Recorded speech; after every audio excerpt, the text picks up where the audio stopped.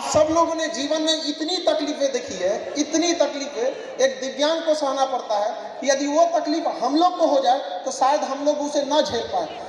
होता भी यही है कि फिल्म में सबसे कठिन रोल उसी को मिलता है जो उसे कर सकता है। जीवन भी परीक्षा उसी की लेती है जो उसमें पास हो सकता है, वरना सबके ऊपर इतनी बोझ नहीं दिए जाते हैं। लेकिन हम आप सबको कहना चाहते हैं कि जीवन में जब बहुत ज़्यादा कठिनाइयाँ आने लगे, जब बहुत ज़्यादा संघर्षों से घिर जाइए, तो याद करिएगा पतझड़ के मौसम में भी पेड़ पौधों से सारे पत्ते गिर जाते हैं। इसका मतलब ये नहीं कि वो पेड़ सूख गया है, वो एक नया छलांग लगाएगा और फिर से हरियाली आएगी।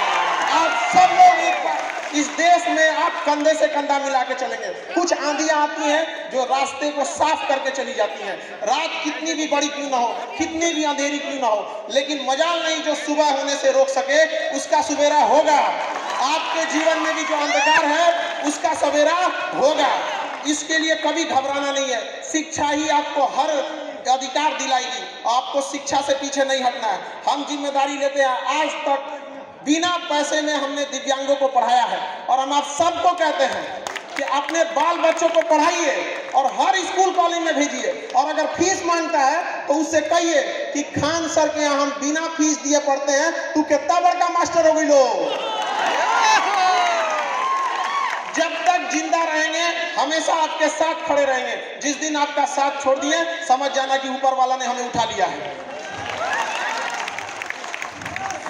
कभी भी हिम्मत नहीं हारिएगा। सबसे मजबूत इंसान कौन होता है? जिसका सपना टूट गया हो, जिसका दिल टूट गया हो, जिसके अपने छोड़ दिए हो, जिसका शरीर जवाब दे रहा हो, लेकिन फिर भी वो मुस्कुरा के कहे मैं ठीक हूं। आप अपने आप को कभी कमजोर होने मत दीजिएगा। आपके अंदर वो साहस है। ज्वालामुखी कई टाइप के होते हैं। हम लोग जब पढ़ाते हैं भूगोल में तो ज्वालामुखी पढ़ाया जाता है। उसमें कई टाइप के ज्वालामुखी होते हैं। उसमें एक ज्वालामुखी होता है सुषुप्त ज्वालामुखी, जो सोया हुआ रहता है। आप सब सुषुप्त ज्वालामुखी है, सोए हुए। एक दिन जिस दिन ये विस्फोट करेगा ना, पूरी दुनिया देखते रह जाएगी आप लोग को। आप सब लोगों को ये जिम्मेदारी है। जिन लोगों की पढ़ने की उम्र है वो पढ़ेंगे। जो अभिभावक हैं अपने बच्चों को पढ़ाते रहेंगे। याद रखिएगा, अगर आप 1 साल में बदलाव चाहते हैं तो धान की खेती कीजिए। अगर आप चाहते हैं 10 साल में बदलाव दीजिए, शीशम का पेड़ लगा दीजिए। लेकिन अगर आप चाहते हैं कि सदियों सदियों आपका इतिहास स्वर्णिम अक्षर से लिखा जाए तो अपने बच्चों को शिक्षा दीजिए, क्योंकि शिक्षा उस शेरनी का दूध है जिसने पिया वो दहाड़ा है। आपकी दहाड़ पूरी दुनिया सुनेगी और आपको सुनाना है उनको अपनी दहाड़। आप जैसे भी हैं, आप अपने आप में पूरी तरह से संपूर्ण हैं। आप कभी भी किसी से तुलना मत कीजिए, क्योंकि आप जैसे हैं वैसे ही सही हैं। क्योंकि जो कीमत ओरिजिनल की होती है वो डुप्लीकेट की कभी नहीं हो सकती है।